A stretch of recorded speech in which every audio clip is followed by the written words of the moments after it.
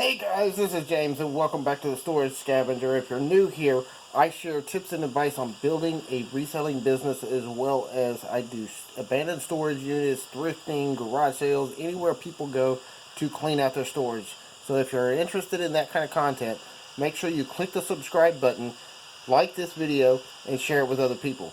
Today, I'm going to share with you 3 things that are going to help you with starting your online business. I want you to get started right now.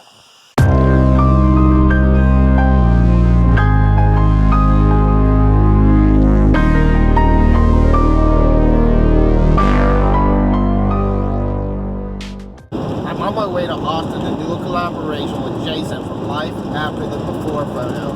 If you didn't see that video, click right here in the cards and go check that video out. But while I'm driving, I thought I'd just do some little tips and advice here. Some of the things that I have learned as I've built up my business. This is one of the things that has really gotten to me, and I'm getting a ton of questions, and so I thought I'd start doing some little videos to help answer some of those questions for people. I get all the time, one of the biggest things is, oh, I wish I could do that. Why can't you? If you want to do it, just do it. There's nothing stopping you but you. And I did that myself for years. I've thought about reselling. I've heard about reselling. I've seen all this stuff for years. The only thing that got in my way was me. And the only thing getting in your way is you. So get out there. Start trying it. When I started this business, I started buying. Now, I moved really quickly, and I moved too fast on some things. I've said that in plenty of times in my other videos. Go check those out if you want to learn more about it.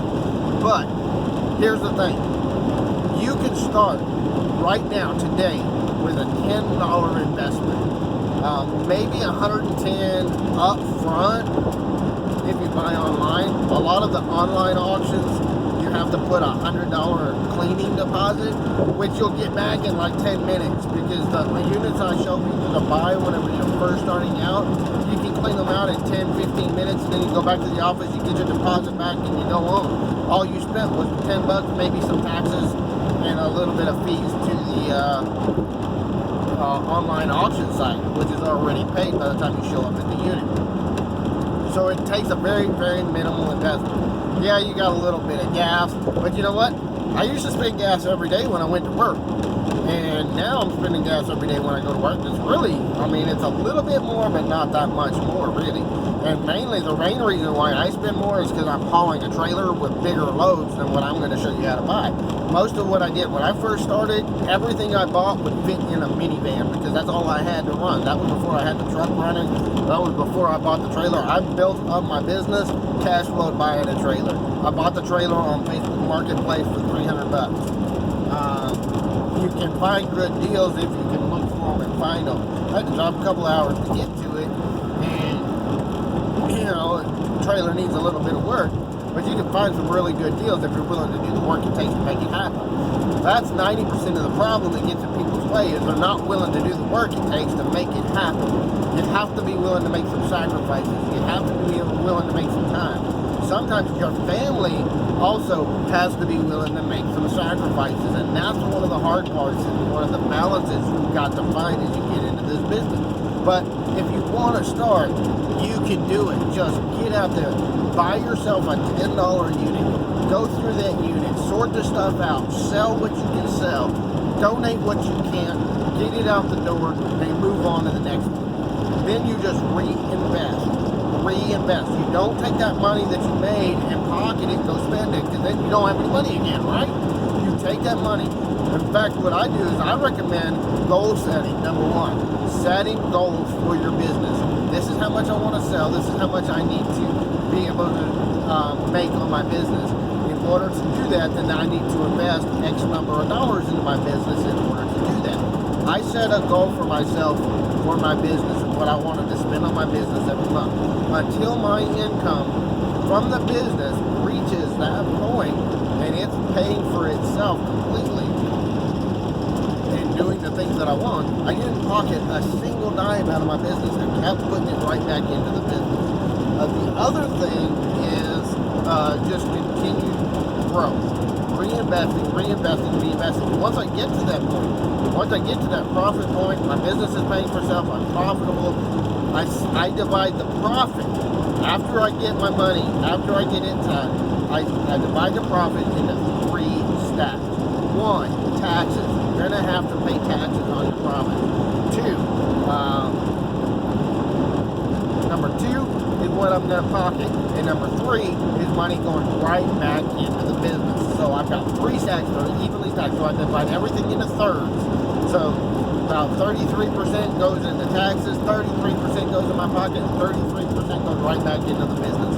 That's the best way to do it. It's a little over 33%. It's like 33 and a third. But that's the best way I have found. And then you've got your taxes covered, you've got your pocket money, and you've got your business covered. So whatever you need then to run your business, you should be making 3 times what it takes to run your business from your business in order to be profitable. Now, one of the mistakes that I made early on was I went to work full-time for myself before I got to that point. There were some reasons why. I've explained it in other videos. I'm not going into all those details again. But the thing is that was one of the biggest mistakes I've made from a business perspective. Now, personally, there's other things that wasn't a mistake on other levels in my life. But from a purely business perspective, it was a huge mistake. And I'm paying the price for that mistake still right now. So keep building your business. Build it up as a side hustle until you get it. Here's the thing. You also need to know, what do you need to bring home? What is your take-home pay that you're trying to replace? Okay, so one of the things that I found was I had a very low income. I only made $30,000 a year from my job previously.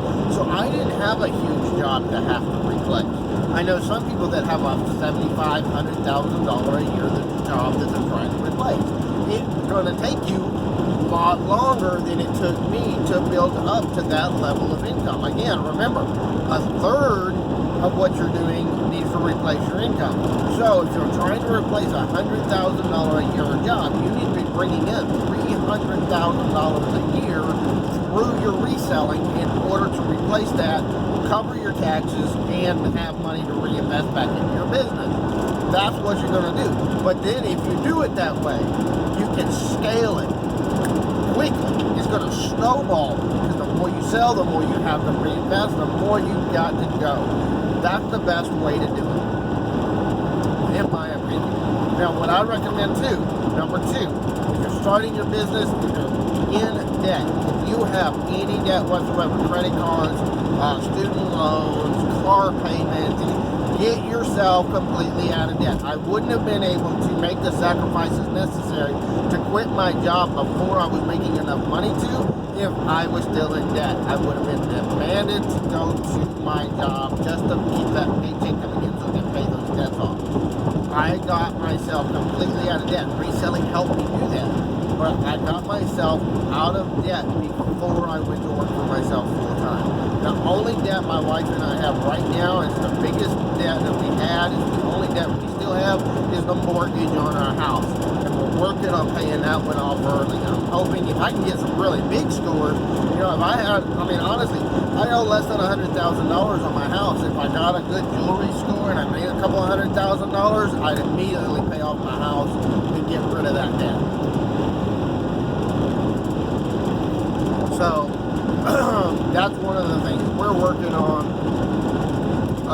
But you got to make sure that you're covering everything else too. Make sure you're still covering your taxes, covering your expenses, and keeping everything moving forward. That's some great tips. So I hope that these tips are going to help you. Get out there. Again, if you want to get started, 1, just get out there and buy you a unit. 1. 2, reinvest what you make. Do not blow it all at the top until you reach your income goals. Number 3, once you've got 3 times your income, then your expected income, so that you've got money for taxes, money for reinvesting in your business, and money for putting in your pocket. Then you can start taking money out of the business, and then you can start thinking about quitting your job and going to work at full time. It takes time. It's not something that's going to happen overnight, but But the more you hustle, the more you grind, and the more you're willing to get out there and just do the work it takes, the faster it's going to work for you. Hope that these tips help you with building your business and deciding if you want to build an online business. We'll see you next time here at the Storage Scavenger.